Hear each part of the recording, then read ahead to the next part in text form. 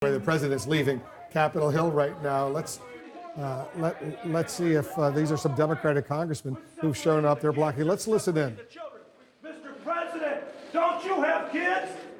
Don't you have kids, Mr. President? How would you like it if they took your kids? Nielsen, how'd the meeting Put them go? in cages. Stop separating our children. How would you guys like it if you separated your kids? It's wrong.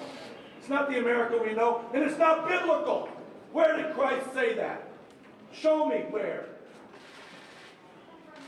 Scott, do you have that? All right, so you see a handful of lawmakers or Democrats protesting the president as he's exiting. We're going to see what lawmakers say as they emerge from this meeting, House Republicans meeting with the president of the United States. He's heading back to the White House. He'll get in that motorcade fairly soon. How do you see it unfolding? Look, the problem, Wolf, for the president all week, and the moral problem here is that you have the president, he and his party control both houses of Congress and the White House. They've put a policy in place, and they're dragging their feet on solving the problem. You're talking about children here, and that's why you see this kind of coming to a boil. It's not like other issues where people say, well, let's see how this plays out going forward. People are angry.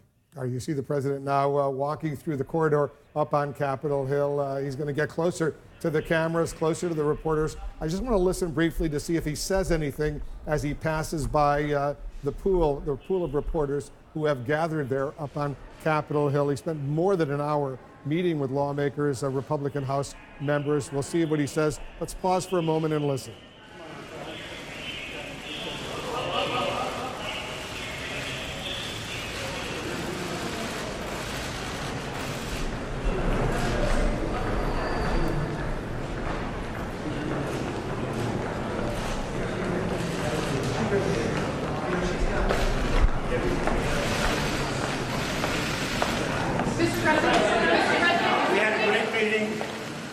These are laws that have been broken for many years, decades, but we had a great meeting. Thank you very much. The president says we had a great meeting. So you saw Kevin McCarthy, the majority leader in the House, escorting the president out of the House of Representatives. Phil Mattingly is monitoring it. You've been speaking to individuals who've been inside. What else are you learning about what happened, Phil?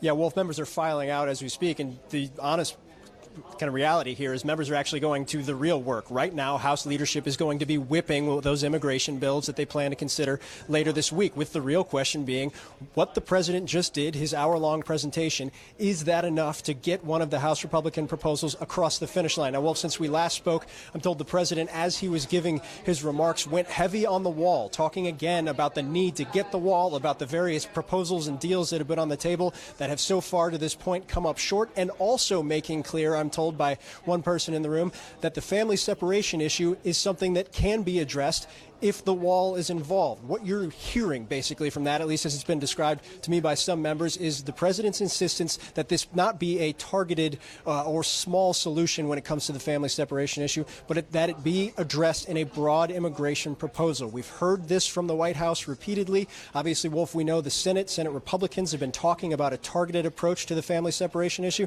The president making clear he wants a broad approach, a broad solution to this. Well, that's what Republicans are going to give him at least an opportunity to get on the House floor on Thursday, depending on where the votes are. Wolf, I'll say another interesting element of this. We've talked to a bunch of members who have come out, and as is often the case when the president speaks behind closed doors, members tend to hear what they want to hear. I've spoken to some members who believe that the president outright endorsed the compromise immigration proposal that Republican leaders have been working on. I've also spoken to a number of members who said that's not the case at all. He wasn't explicit about what he was endorsing. Here's what I do know. The president said he's behind Republicans, House Republicans, 100%. That's the quote. What he's actually behind and whether or not that's going to change at any point in the next 48 hours, that remains an open question. So, as I would note, does whether or not House Republicans can get the votes on their House immigration proposals in the next couple of days, and also what, if anything, will be done to address the family separation issue that, while the president hasn't backed off where he stands, Republicans in both the House and the Senate have made clear They need to do something to address it in the near term, Wolf. Yeah, we saw that presidential motorcade leaving Capitol Hill, heading down Pennsylvania Avenue back toward the White House. It sounds to me, Phil, like the headline emerging is that there's going to be no change in the separation of families policy until there's comprehensive immigration reform, something that passes the House, goes to the Senate. They've got to reconcile whatever these two chambers pass, assuming they do pass something, and then the president has to sign it into law. That could take a while if it happens at all. In the meantime, moms and dads are going to be losing their kids. Is that what you're hearing? Yeah, look, based on members that I've spoken to, both that were in the room while it was happening, that have filed out since, there was no impression whatsoever that the administration is going to reverse course. The family separation policy, the zero tolerance policy wasn't a primary point of the issue. There was no question and answer with the members. The focus was on a broad immigration overhaul, not a targeted fix. That is clearly where the president's mind is at. That is clearly where the administration is at. The question is, can lawmakers actually deliver that? Wolf, I think you hit the key point here. That is not just an open question at this point. That seems almost impossible based on the dynamics we've seen, not just for the last year, but for the last 10 years when it comes to immigration and how both parties view this issue up to this point, both from an emotional perspective and from a very divisive policy perspective, Wolf. Yeah, and as the president himself says, you need 60 votes in the Senate, not just 51 Republicans. You need 60 votes to get it through.